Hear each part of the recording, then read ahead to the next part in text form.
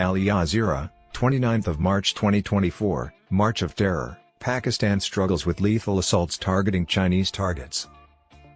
The Chinese are currently occupying a sizable portion of Pakistan, something the people of Pakistan strongly dislike. At least 18 people were killed in 5 separate incidents that took place in Pakistan over the 10 days from March 16 to March 26. 3 attacks occurred in the country's northwest Khyber Pakhtunkhwa region, and 2 occurred in its southwest Balochistan province. 5 Chinese nationals, 1 Pakistani civilian, and at least 12 military personnel perished in all 5 suicide bombings. Although there has been a sharp increase in violence in the nation over the past year, observers believe that Pakistan's struggle against armed groups may be entering a new phase given the recent wave of attacks, their targets, and their daring. The past 3 strikes seem to be directed at Chinese interests in Pakistan because they happened so quickly after one another.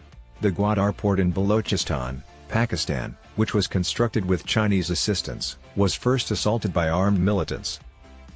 Then, claiming that Chinese investment in the area was the reason behind their attack, an armed group attacked one of Pakistan's biggest naval stations, which is located in Balochistan.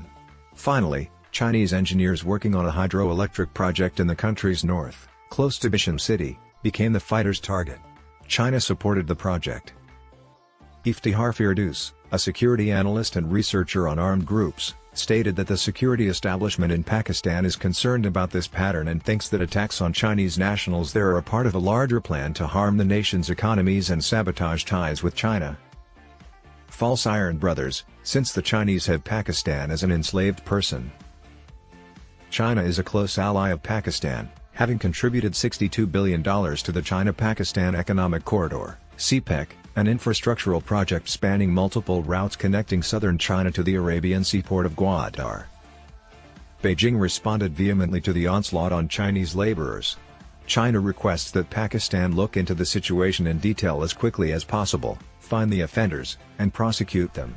China's Secretary of Foreign Affairs stated on March 27 that we ask Pakistan to take effective measures to protect the safety and security of Chinese nationals, institutions, and projects in Pakistan. In retaliation, the Pakistani government declared that it would bring terrorists and their facilitators and abettors to justice and that an inquiry committee would be established to look into the assaults in more detail. China and Pakistan are strong allies and brothers in arms. Without a doubt, the adversaries of the alliance between China and Pakistan planned the Bisham terror assault. The Foreign Ministry declared in a statement released the next day, to Ether, "We will firmly act against all such forces and defeat them." In the past, Chinese interests have also been targeted frequently. In August of last year, 2 gunmen in Gwadar assaulted a convoy of 23 Chinese engineers, however, security personnel stopped their attack. A suicide bomber crashed into a bus carrying 9 Chinese engineers working on a hydroelectric project in July 2021, killing them all in a scene that had striking similarities to what happened on March 26. What sets the 2 attacks apart, though, is that while rebel secessionist organizations quickly claimed responsibility for the incidents in Balochistan, no group took credit for the attack in the north. Broader trend of violent assaults. One of the several hardline armed organizations attempting to break away from Pakistan, the Balochistan Liberation Army, BLA, claimed responsibility for the attacks in Balochistan. Despite abundant natural resources, such as gas, oil, coal, gold, and copper reserves, Balochistan is the poorest province in the nation and its most extensive area. Many in Balochistan have accused successive Pakistani governments of ignoring their issues in favor of exploiting the area and benefiting 4 genders. Since Pakistan was formed in 1947, there have been at least 5 revolt movements in the province. Thousands of ethnic Baloch people who are thought to be either rebels or supporters of the revolt have allegedly been killed or disappeared by the government, which has been accused of starting a harsh crackdown on them. Nonetheless, the country's violent crime rate has significantly increased over the last 2 years, and this has corresponded with the Afghan Taliban's return to power in August 2021. Nearly 1,000 individuals were killed in more than 650 attacks in 2023, the majority of whom were members of the security forces.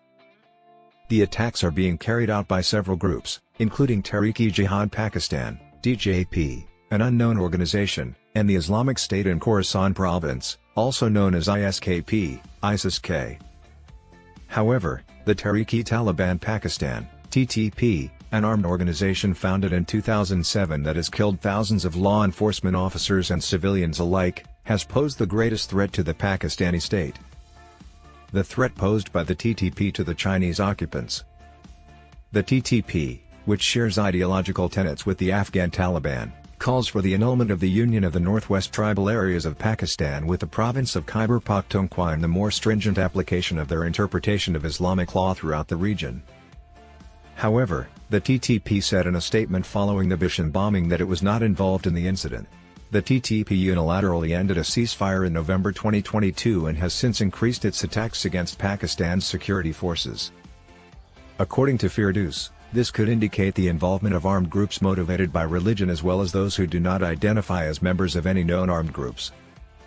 Firdaus, who is also the founding editor of the Khorasan Diary, a non-partisan research platform, told Al Jazeera that the Pakistani military believes hostile intelligence agencies handle the jihadist freelancers, a term usually applied to allude to neighboring India.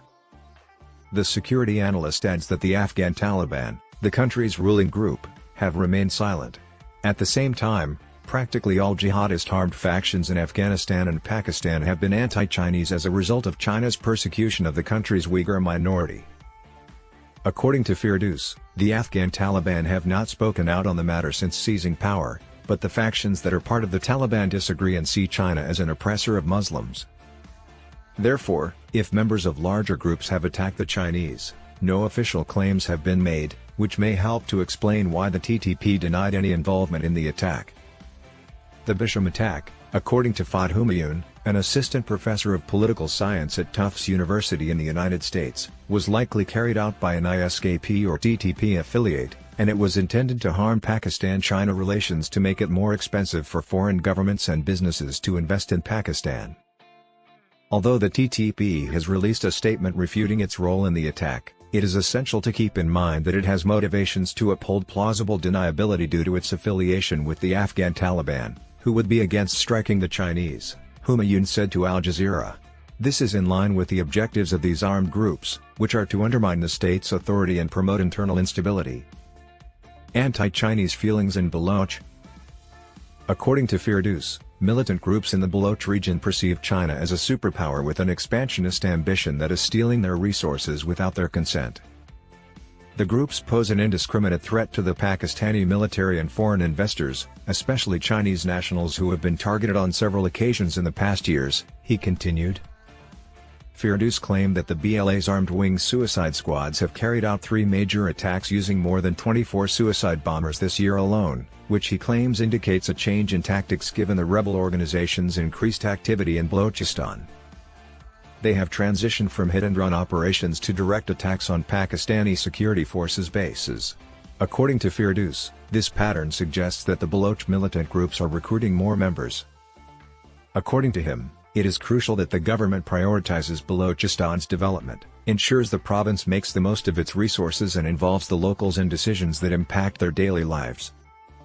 The Baloch insurgency is expected to persist and constitute a severe threat to the security and economic stability of Balochistan and the entire nation, according to Firdaus, unless these problems are resolved.